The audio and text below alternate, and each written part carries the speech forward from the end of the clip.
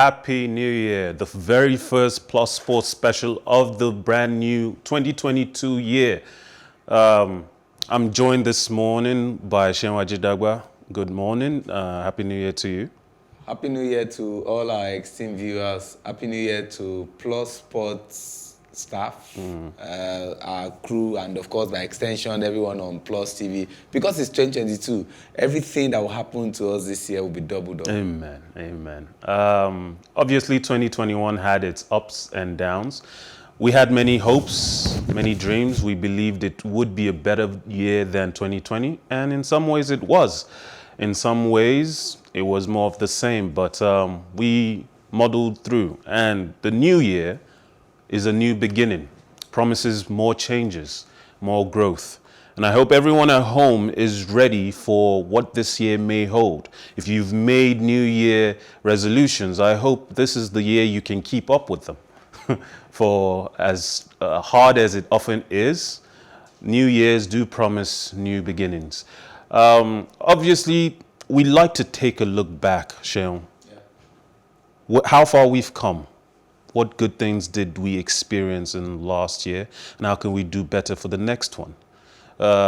Same thing applies in sports, and today we've decided to take a look further back in 2021.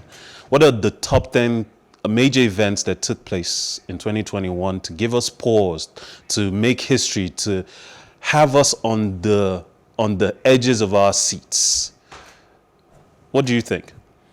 Well, it's always fantastic to have a retrospective look of what happened in time past so that it can help in the projection going forward. Like we always say, the past relates to the present. And of course, despite the turbulent times of 2021, we had some high points that we always look back to say, this was awesome, this was fantastic. And it cuts across various sports, from basketball to football, to Formula One and everything. And it was so hard to narrow down the list to just 10. We could have gone 20, we could have gone 30 or even 50. A lot of great things happened in 2021, so much that, you know, it's many of us will have them on different places in our individual lists. And I'm sure you have yours. Like they always say, opinion are like noses. Everybody has got one. We can't be on the same page. If we put it out to people to say, let's have a vox pop. Give us your 10 sporting moments. We can't have it synchronized. We can't have it in unison. But I'm sure by the time we go through this list, many of our viewers will agree these are worthy of mention. Well, they will, but like I said, some will still say, why didn't you incorporate this? Why didn't you incorporate that? If you have a team of 11 players that has the likes of Robert Lewandowski, Kylian Mbappe, Lionel Messi, Cristiano Ronaldo, Kevin De Bruyne, and continue to mention those superstars, some will still criticize that list to say, why did you not incorporate this person? So we can't be on the same page, but what is most important is when you put out a list, it should be such that at least 60, 75, 80% will agree with there will be a significant overlap of agreement. Yes, overlap of agreement. Obviously, we can't have you here and not discuss cricket. 2021 had its cricket moments, and we hope that 2022 begins more development in cricket in Nigeria. Well, let me first start from my way so that I can end home. Quickly, we know that the most celebrated international cricket rivalry is still going on between England and Australia, which is the Ashes series. But England has been an embarrassment in Australia. Like I always say, each time they go to Australia, which we call down under, they decide to just go down. Now they are 3-0. The first test in Brisbane, the one we call Gabba, they lost by 9 wickets. It was a shambolic performance. Credit must go to one player for Australia, Travis Head. He was the top scorer. And up until now, he's still the top scorer with 248 runs. In that first test, he had 152 runs. But unfortunately, he's contracted the coronavirus. But because he is asymptomatic, he will be ready for the final test in Hobart. But he missed 4 they will miss the fourth test. But maybe the guys are getting ahead of us. Okay, let me start from home. What you are seeing now is the Tafawa Balewa cricket over. The Tafawa Balewa cricket over, according to the president of Nigerian Cricket Federation, Mr. Uyi Akpata, all other things being equal, by the end of this January or early February, the cricket over will be open, and that's the federation president there, will be open for people to start using, cricketers to start using. That place has been under construction and is almost near completion. So that's the statement coming from the federation president that all other things being equal, by the end of this January or early February, that Tafawa Balewa cricket that we call the home of cricket will be open for people to play cricket. Currently, they are using the Unila cricket over because it's another ground that has been tagged as one of the best grounds in the whole of Nigeria. It has 6 surfaces. That was where they had the bilateral series between Nigeria and Sierra Leone. The league currently going on is taking place in Unilag, but they will soon move to Tafawa Balewa cricket over, where matches will be taking place. And I think credit must go to the federation president for doing that fantastic job.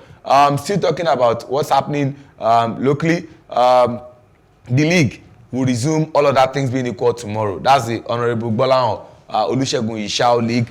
It ended in December after 2 rounds of matches. Some even played 1. So we are starting again tomorrow at the Unila cricket over. There will be only Division 1 matches, no Division 2 matches. And one of the interesting games we are going to be seeing is Rising Stars, who are 3rd on the log, will be taking on Federal Government College Warri Old Student Association, who are 4th on the log. Whoever wins between these two will jump to 2nd to replace Government College by the Old Boys Cricket Club, because these two teams have only played 1 match from last year leading into this year, so they want to complete their 2 matches. The other game that you'll be seeing at 2 p.m. will be battle of the 8th and the 9th team. That's Lagos Asians Cricket Club versus 1004 Stars. 1004 Stars are 8th on the log. Lagos Asians Cricket Club are 9th on the log. So those games come up tomorrow at the Unila Cricket over, 10 a.m. and 2 p.m. respectively. For all of our new listeners, those who are watching us, those who have picked up the habit now, the love, the passion for watching cricket in Nigeria and are gradually watching the development of the sports in the country, I think Shehu has really broken down for you what you can expect for tomorrow and how much 2022 still holds for cricket in Nigeria. Definitely. One thing I wonder, though, is with the growth of cricket now, to the point that even we in Africa are taking it more seriously, do you suppose a certain time will come that cricket will be competing on the same level as football?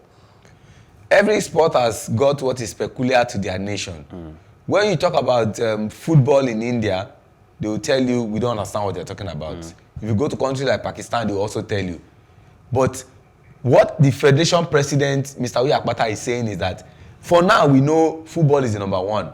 You talk about athletics, you talk about basketball, but they want to grow cricket to a level that it will be competing with football. And that's why they made a pledge when they had their meeting, their annual general meeting on December 18 in Abuja, which was a Saturday, that they want to ensure that 250,000 children every year are playing the game of cricket. So they want to take it to all the 6 geopolitical zones to say the regional development officers that have been appointed in those geopolitical zones should ensure that they take cricket to various secondary and by extension primary schools. And they said they want to even employ more regional development officers to join up with the ones on ground so that those that work will not be cumbersome for them.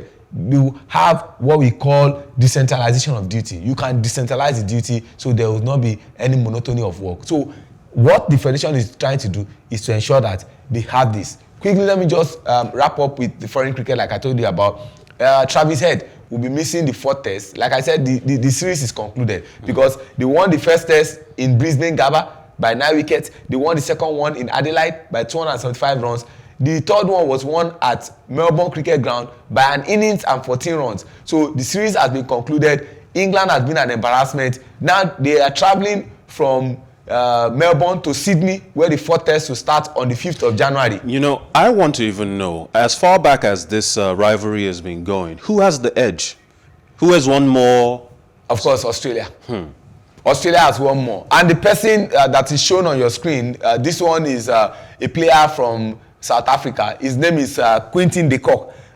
He gave everyone a shocker when they lost against India in a test match, and he's saying he's retiring from test cricket. Yes, he's just 29 years of age. He made his debut in 2014, and he's one of their top players. He's a wicket keeper and a batter. One of the top guys that they are looking up to. But he said family reasons has made him want to retire from test cricket, but he'll still be playing the one-day international and the T20.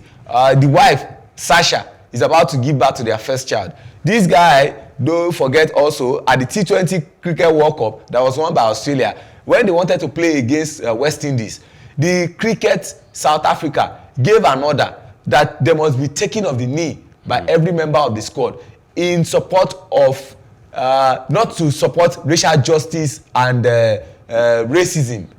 You mean in support of racial justice and yes, anti-racism? Yes, sorry. And he decided not to take the knee. He opted out from that game against West Indies, but he later apologized and came back and did what they wanted him to do. So I wish him all the best. Like I said, the series is concluded. Even the coach of England, Chris Silverwood, he has tested positive for corona and he will be out for 10 days. Well, sounds like a lot. But let's go into the top 10 list countdown. With the last kick of the last minute in the last match of the 2011-2012 season, Sergio Kun Aguero sealed his status as a Manchester City great and will never be forgotten, having accrued 260 goals in 275 appearances across all competitions over a 10-year period on the blue half of the Manchester divide. He is the all-time highest goal scorer in the club's history and fourth in the English Premier League list. Now, it might surprise you that we've put him at number 10, but what comes after is worthy of being number 9. Beloved by the fans and a true EPL legend, it is no wonder that even his manager, Pep Guardiola, while speaking about his exit from the club, could not hold back the tears on the last day of another successful EPL season. It had been an injury-plagued season for the mighty Argentine goal machine, and it seemed like the time had come for him to finally leave the club in which he made his greatest mark. Barcelona seemed the next phase in his journey, but destiny would not have it so, as Aguero called time on his playing days on December 15th at the Camp Nou after suffering heart palpitations during a match that led to worries of a heart problem. No matter how the journey ended, though, we say thank you to a true legend for dazzling us through it all. Aguero, a great loss to the game. So I was somewhere Sunday and I was joking and saying it that I cannot wrap my head around Aguero retiring because of heart-related problem and a certain Harry Maguire is still playing football. Just give Aguero your hearts and let's enjoy this legend. You said it all. 260 goals in 275 games. That is almost averaging a goal in every game. He's the greatest Man City player ever. That goal is called against Queen's Park Rangers. And that commentary, Aguero would continue to ring a bell in the head of Sir Dr. Alex Chapman Ferguson, who coincidentally clocked 80 years yesterday. They were done with their game against Sunderland at Stadium of Light. They had even won by a solitary goal. And they were just waiting for this game to end either in a draw or in a loss for City. City considered 2 in the first half. And then at the very last minute, they were still, with like 2-3 minutes left in the game, they were still 2-1 down. And Queen's Park Rangers got a red card. Batting, the bad boy of football. He got a red card. And that assist from Why Always Me, Super Mario, was the goal. Because if he had not stretched that leg to give it to Aguero, who took on our own Taiwo and left him for dead. That was nothing more you can say about Aguero. Unfortunately, that heart-related problem truncated his football career. But obviously his legacy will never be forgotten. That goal is for every generation. Everyone has their own moment in football that they cannot ever forget. For me, this goal is one of them. In number 9, 82 games of hardwood beauty and a lengthy postseason leads to a 7-game series for basketball brilliance. And in the 2020-2021 season, it was the Milwaukee Bucks that faced off against the Phoenix Suns to claim their second ever title in Game 6 of the series. After reaching the NBA Finals for the first time in 47 years and losing the first 2 games, the Bucks came roaring back with a 4-game sweep to win the series 4-2. It was a memorable season for Giannis Antetokounmpo, scoring 50 points in Game 6 and becoming the first non-American to win the All-Star MVP as well as the NBA Finals MVP. Truly a memorable year for the Bucks and the Greek Freak. The truth is, the reason why this had to go in number 9 as opposed to Sergio Aguero, the Sergio Aguero story can't be so depressing to hear about, to talk about. But this is a more uplifting story. 47 years it took for them to get back into the finals and to win it after already going down 2 games. It's not a small thing to do. When you talk about players in the NBA, you talk about the Currys of this world, you talk about the LeBron James, the Kawhi Leonard and all of them. Yeah. You just have to find a space for this man who is a Nigerian but has gone to Greece where he has nationalized. His name is Ganiu Adetokunbo. But not Giannis. In Greece, they call him Giannis Antetokounmpo. And first non-American to win the MVP of the NBA Finals. He had to come up big in Game 6. 50 crazy, amazing points. He knew what he needed to do because Phoenix had already done well from the Western Conference, where they took teams apart. And he knew that from 2-0 down, they needed to come back. And they came back and so strongly.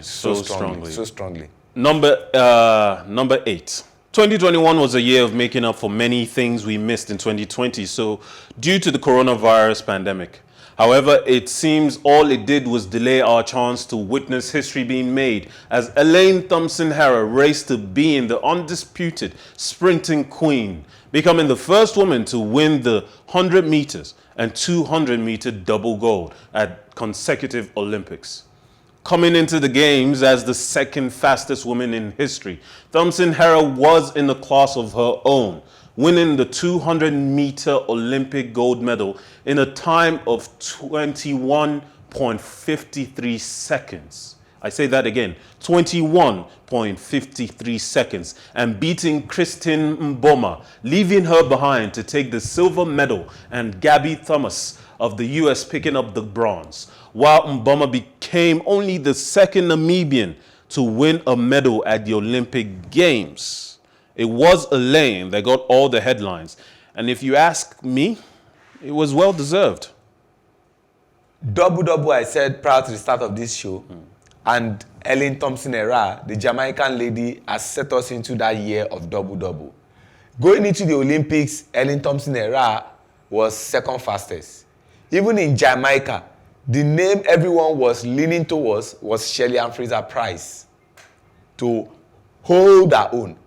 Even in that 200 meters where she won, surprisingly, I was tipping the likes of Daphne Shippers, Dina Asher-Smith. But guess what? Elaine Thompson-Herah said, "This is my show, and I just want to steal the double." You know, I wonder what impact, how big of an impact, how much did some names that were expected to do well at the Olympics, how much they fell off due to the stresses of the lockdown in 2020, the delay, the mental anguish, the having to recalibrate their training and reset again to go in 2021. the more reason you have to give credit to Ellen Thompson-Era. One would have thought that you can't have the two, the 100 and the 200, which we all know are both sprint races. But she came up big and she won it, and there's nothing more to add to say. First woman to win a double-double, absolutely historic. Well, in number 7, we talked about this story quite a bit, but it raises head up again. Thanks to Naomi Osaka, the issue of mental wellness gained a greater spotlight in 2021. As we finally got back our beloved tennis, an issue was brewing and about to boil over at the Roland Garros. World number 2 Osaka had announced at the eve of the tournament that she would be boycotting all press conferences on account of mental health concerns. True to her word, Osaka failed to appear at the post-match press conference after a first-round win over Patricia Tig. A swift $15,000 fine followed, and a statement by the 4 Grand Slams, Australian Open, Roland Garros, Wimbledon, and the US Open, reminding Osaka of her obligations and warning of expulsion. The Japanese superstar withdrew from the tournament. In a statement of her own, she revealed she had been struggling with long bouts of depression since the US Open in 2018. Thanks to Osaka, other athletes found their voices to speak on the mental health struggles that come with their job, and the likes of Roger Federer, Steph Curry, Lisa Leslie, and tennis greats Billie Jean King, Venus, and Serena Williams have shown their support, and her actions even inspired Olympian Simone Biles to withdraw from multiple gymnastics events at the Tokyo Olympics. Truly a year for mental self-care. Obviously, at a point it seemed like the story just kept going. Why are we still talking about Naomi? But it's such a big deal. Mental health.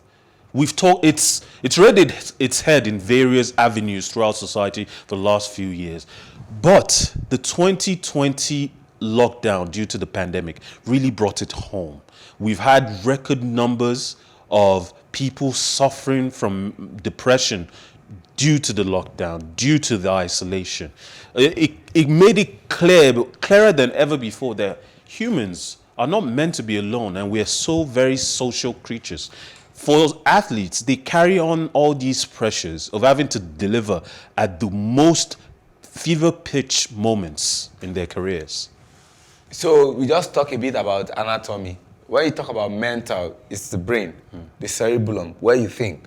The worst acts are perpetrated when we are alone. It's rather unfortunate that it happened to Naomi Osaka and she came up. A lot of people are suffering from mental health. And it's a universal problem. It's not only for sportsmen.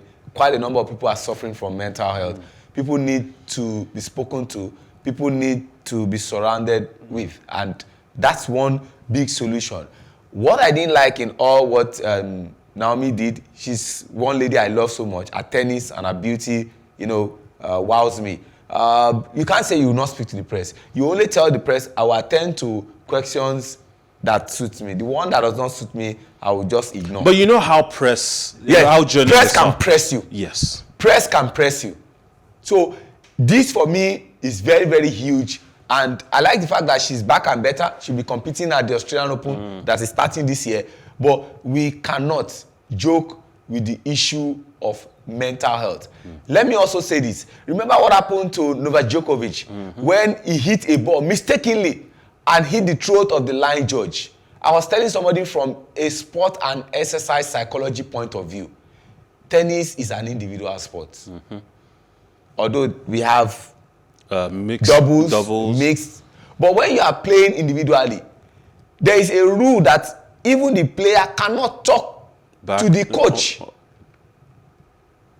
A certain Novak Djokovic was fined at some point in time that they said he was giving eye-to-eye contact with his coach. He wasn't talking. He wasn't. But this is the difficulty that they go through in boxing.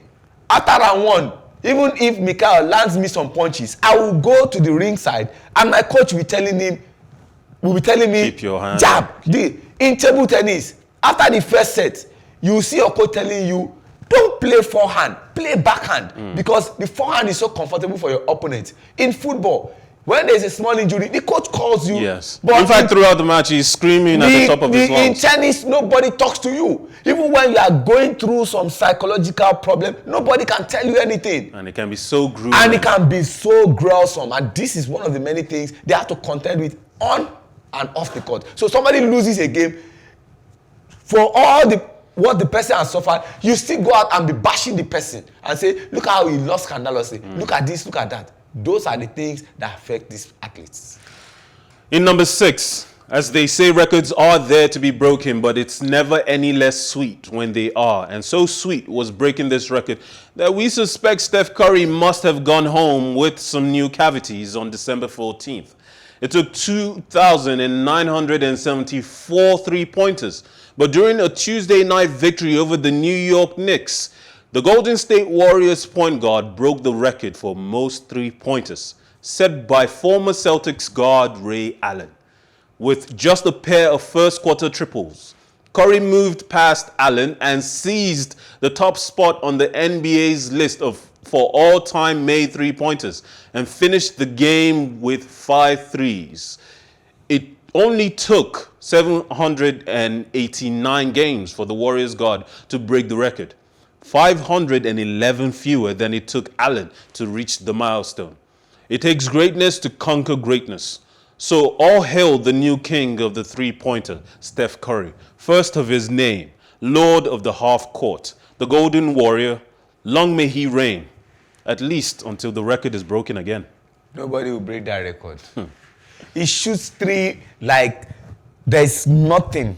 Between him there's and nothing. There's no distance, there's no space. And that's why they call himself and his other teammates, who is still out injured but should be back, Klay Thompson, the Splash Brothers. Once he stands on that baseline and they pass the ball to him and he shoots three, you see the coach, Steve Kerr, who is the new coach of the American team now, already doing like this, that he's dropping, he's dropping.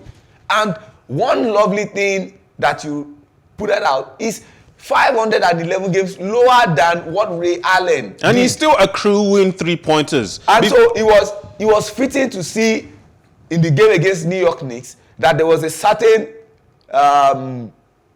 Allen, who gave him a hug. Reggie Miller, and of course, Curry himself. Curry shoots for fun. Last season was awkward for what we know what Curry can do. But this season, they are picked up and they are the number one. By the time he's done with this career of his, I suspect he'll be on 4,000, going on 5,000, if not on 5,000 exactly. Because the record, so it's one thing to shoot well. They also keep stats of the percentages of the shots you make. And his percentages are so high.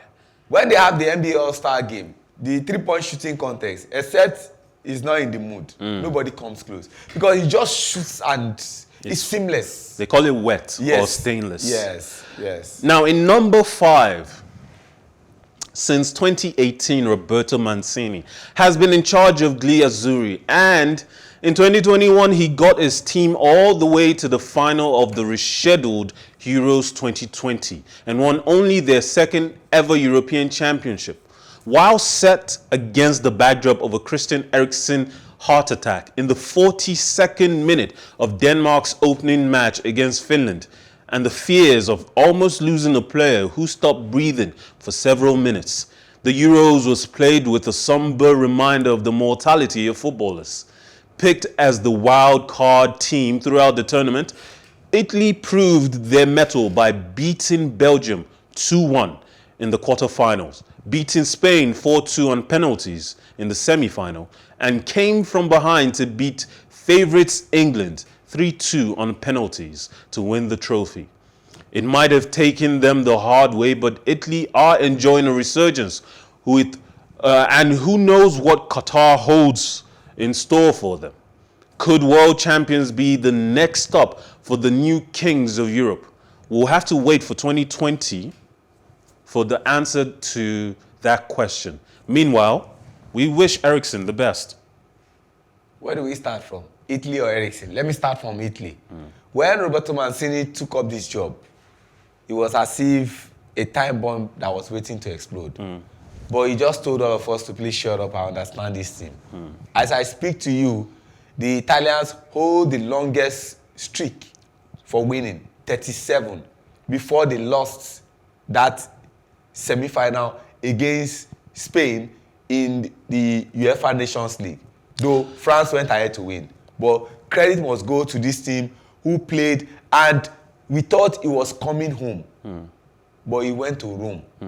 And credit must go to this team. 2022 is the year of the World Cup. Yeah. And I'm excited to see where Italy goes. Yeah.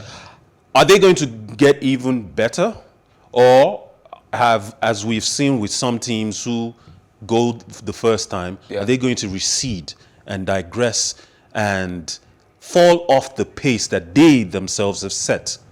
I don't see any stopping them. Like I said, it was just an unfortunate incident that it happened, that Spain was going to beat Italy in the semi-final of the UEFA Nations League. And that halted their 37 winning streak.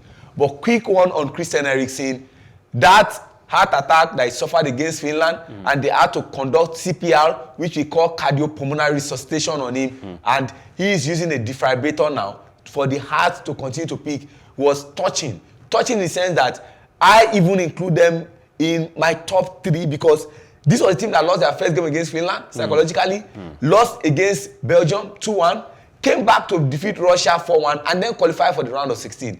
Taught Wales a lesson in the round of 16, beat them 4-0. In the quarterfinal, beat Czech 2-1. Semi-final, they narrowly lost after extra time, though a bit of controversial penalty, but you have to give credit to the way these guys picked themselves up. It was an act of defiance to the moment. Yes. And Denmark certainly won the respect of many football lovers throughout the competition. Some don't recover from that shock. Defying expectations has been the nature of his career. And after years of Manchester United fans wishing for his return, just when it was no longer expected, he made their dreams come true. In number 4, Cristiano Ronaldo might be a name commentators around the world have gone hoarse screaming. But the popular CR7, as he came to be branded in England, made the decision to leave Juventus this summer. Yet, after the initial flirtations with Manchester City, which given his wages and it would have been a reasonable destination for a giant in need of a new challenge and a team in need of a new striker, the old Dorothy line from The Wizard of Oz ultimately proved true. There's no place like home, and with 2 clicks of his heels, Ronaldo became a Red Devil once again. And even with the team's stumbles, the sacking of Ole Gunnar Solskjaer, CR7 continues to be the bright spot in the team. What else do you expect from a 5-time Champions League and Ballon d'Or winner?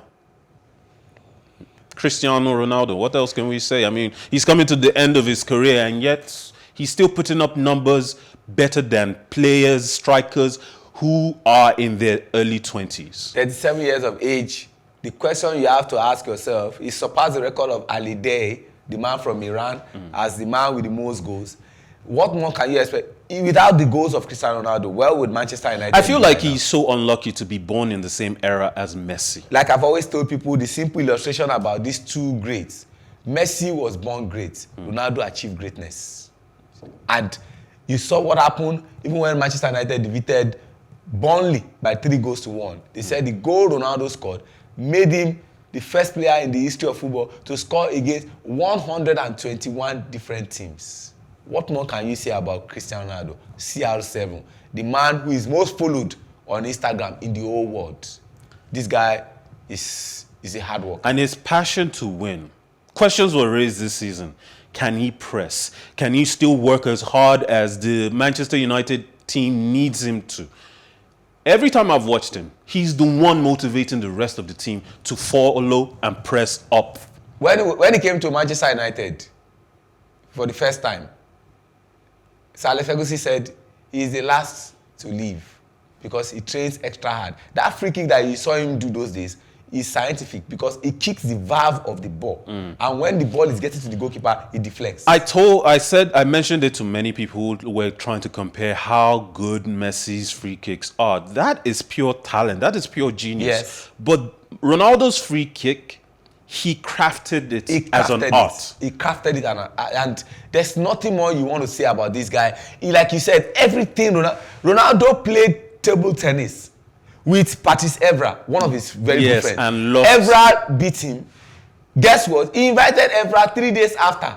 Let's get a game. He went home and bought a table, pad, and the balls. And he said, let's play table. He beat Evra silly. Anything Ronaldo puts his mind or sets his target, he could have been successful in anything he did. Yeah. In number 3, it was a day many Barcelona fans never imagined would happen. And until the very moment it did, most believed a resolution would be found to the standoff. However, after months of trying to raise the money for his wages, and the player accepting even a 50% wage cut to stay in his cherished Camp Nou, 21 years after he arrived at the age of 13, Messi bid goodbye to Catalonia and all Barcelona fans as he left for Paris Saint-Germain. In his time at Barcelona, the Argentine won 4 UEFA Champions Leagues, 10 La Liga titles, 7 Copa del Reys, 3 UEFA Super Cups, 7 Spanish Super Cups, and 3 FIFA Club World Cups. Along the way, he made 778 record club appearances and scored 672 record club goals. With all of that accomplishments, perhaps it was time for a change. All good things, as they say, must come to an end. Not in all cases, Mikel. I was thinking Lionel Andres Messi, the one we call La Puga, was going to end his career at Barcelona based on what Barca did to him. At that young age, he was having a disease that would have rendered him useless. They revived him because they saw the talent in him. Even from the La Masia, he shone like a million stars. And nobody ever saw that coming. We're thinking he was going to do a 30 like he did for Roma. We're thinking he was going to do a Postcoast like he did for Manchester United and some other players who started and ended their career in a particular club. But unfortunately, there are problems of finance under Jose Mario Bartomeu, their former president. And they said if they are to keep Messi, even when Juan Laporta came, their most successful president, they need to sell like 7-8 players. So if you sell like 7-8 players, who is left in the club? And there was nothing. But no matter how big, no matter how much you've done for a team, is it perhaps something that is inevitable, especially when that team needs to rebuild? Messi maybe just had to leave. 2 things worried Messi. So when I look at the team who is assisting me, I can't do it alone because he tried, even in their worst season, he still managed to win a Copa del Rey for them. But he needed assistance. And he said, I can't do it alone. Gone are those days where I had a very structured team. Structured in the sense that when you look from the defense to the midfield to the attack, you talk about players like Eric Abidal, you talk about players like Daniel Alves, you talk about central defense of a certain Carles Puyol, and of course Gerard Piqué. In the midfield, you talk about Xavi, Iniesta, Busquets, fantastic trio. Attack, you talk about Messi, Ronaldinho, you talk about Pedro, you talk about Samuel Eto'o. This is a crack squad. But when he was playing in Barcelona, up until when he left for PSG, you had names like Mingueza. This man, he played with so many legends. Yes. Thierry Henry, Samuel Eto'o, Ronaldinho, Deco, yes, Xavi, Iniesta. But now he was playing with the likes of Mingueza, Gavi, Araujo, names Sergino Dest. These are not quality players that Memphis Depay. Depay is still even good. These are guys that could not complement his effort. And when that opportunity came, and PSG had been eyeing him, Nasser El Khelaifi, they just thumped up the cash and they took him. Oh, wow. Messi's situation tells us that nothing good lasts forever. But in number 2, Formula One is the grandest and most revered of all racing contests in the world. And the name Formula stands for the rules that all the competitors, the drivers and the cars that they drive must adhere to. And in 2021, Max Verstappen stole the show. Obviously, many people expected, and many analysts had predicted before it, that it would be Lewis Hamilton who would take his 8th record Formula One title, beating out the previous record of Michael Schumacher of 7. It would have made him the greatest. But a Formula One season is full of many twists and turns.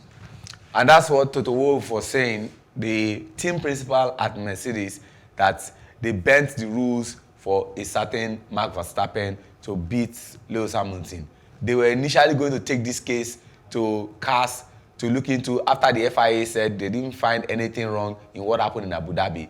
But he said they don't want Lewis Hamilton to win his 8th Formula One title and a record-breaking one in controversial circumstances. And it's on that premise they are stepping down the case and they are giving it to Mad Max. Max Verstappen, first guy from the Netherlands to win a Formula One. He's been knocking on that door.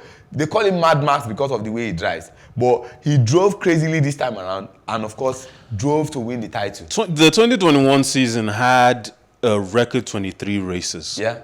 A new Dutch racing ground circuit in Van der Voort. Yeah. And the Abu Dhabi, which crowned Verstappen's 10th win of the There's season. also Saudi Arabia also. Yes. Well, that's Abu Dhabi. No, Abu Dhabi was in Qatar. There's the Saudi Arabia, the one in Saudi Arabia. But what we have to say here, quickly, is that this race was an historic race, whichever way you wanted to look at it. It has never happened before in the history of Formula One, where you are going into the final game of the season. 2 records were going to be created, whichever way. If Lewis Hamilton had won, like you rightly said, he would have surpassed the record of Michael Schumacher. That would have been his 8th Formula One title.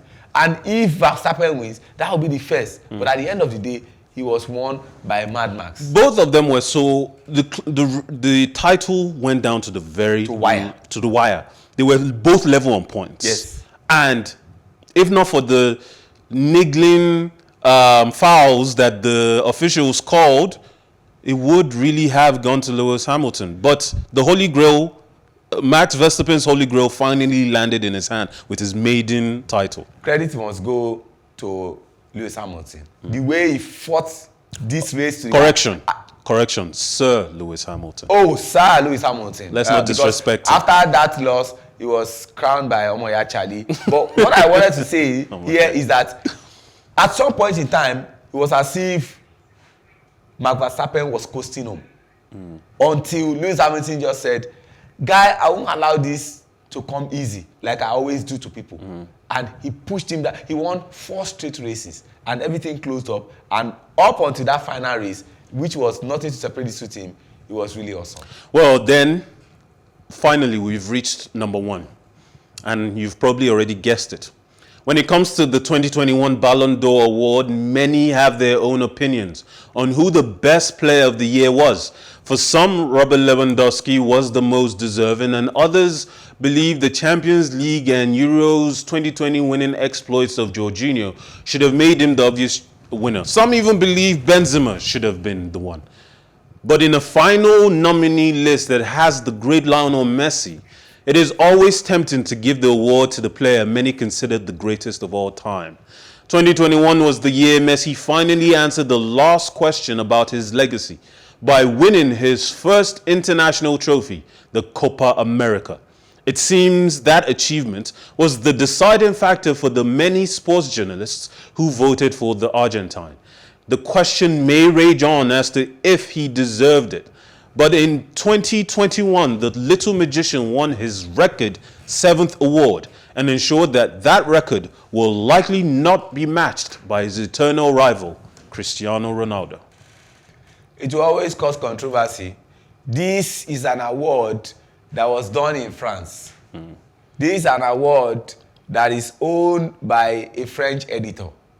This was an award that got leaked 1 month before the award itself.